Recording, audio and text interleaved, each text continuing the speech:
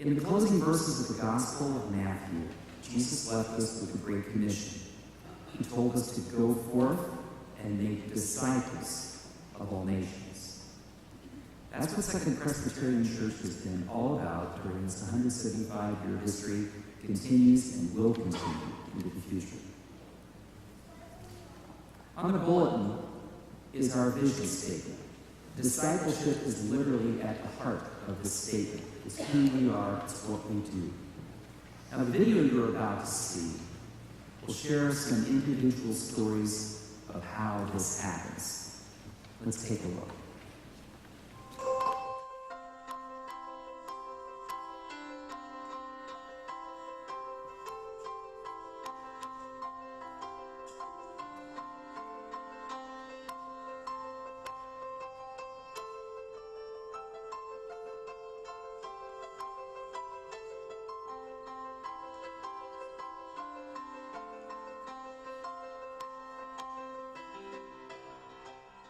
To be a Christian disciple means to follow Jesus, to be more holy, to be more loving, to be like Jesus. Every day of every week, Christ is transforming lives through the disciple-making ministries of our congregation. Think of all the people who learn and grow through classes, small groups, retreats, volunteer opportunities, prayer partners, seminars, pastoral counseling, Christ Care groups, the Great Banquet, weekly Bible studies, homebound communion, youth fellowships. All these and more change lives. Second Presbyterian has a long tradition of helping disciples to follow Christ. For me, I grew up in the church. I was baptized in the church when it was downtown, and my parents were very active in the church, and through them, I always felt that I was following Christ in some way. Following Christ not only transforms our life, as we reach out in love, Christ transforms the lives of others. Much easier for me to find the path and to follow Christ as I'm leading others.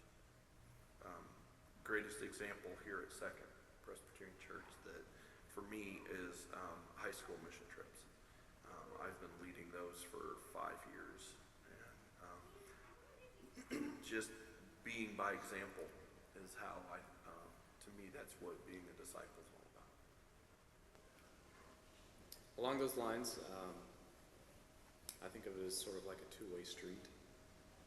Along my journey of discipleship, I've felt like I've received a lot from this church, and so I feel sort of called to become more of a disciple by trying to give what I've received back to the church, so volunteering like we do for Niners, mission trips, doing home communion and stuff that we do with deacons. So just trying to take what I've received so greatly from the gift of God and give that back.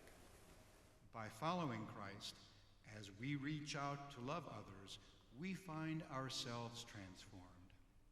Home communion, for instance, in this church, to reach out to our community within the church and take care of our fellow Christian brothers and sisters that can't make it to church. And you go out and you have the highest honor bestowed upon any human being, in my opinion, to take the elements of Christ, the blood and the bread, and share that with a fellow Christian. And you think you're there to bless someone, you walk away. There's nothing on the face of the earth that is more of a blessing to receive God's grace. Patting you on the back as you walk out of that nursing home and saying, good job. And it's a great feeling to be a discipleship. When I was on my first mission trip, we went to Puerto Rico, and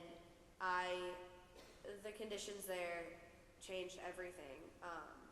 They were so grateful for the smallest things. I knew then that not only being a disciple of Christ was what I wanted to do, I felt that it was what I was called to do.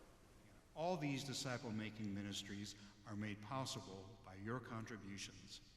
Every gift matters. Every contribution counts. Stewardship and discipleship, I think, are very closely knit. and I don't think you can separate the two.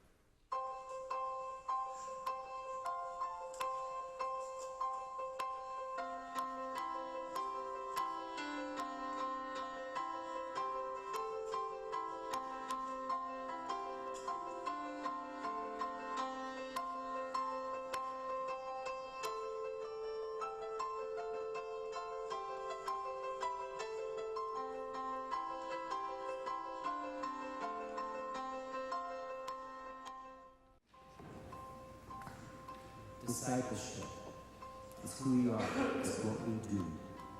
All these disciple-making ministries are indeed made possible by your contributions. This week, the annual pledge cards will be sent out in the mail. You will receive cards as well as further information about this year's stewardship campaign. Every gift is important. Every gift matters. Every gift changes lives. Go forth. Make disciples of all nations. It's not something we should just want to do. It is something we are called to do. Amen.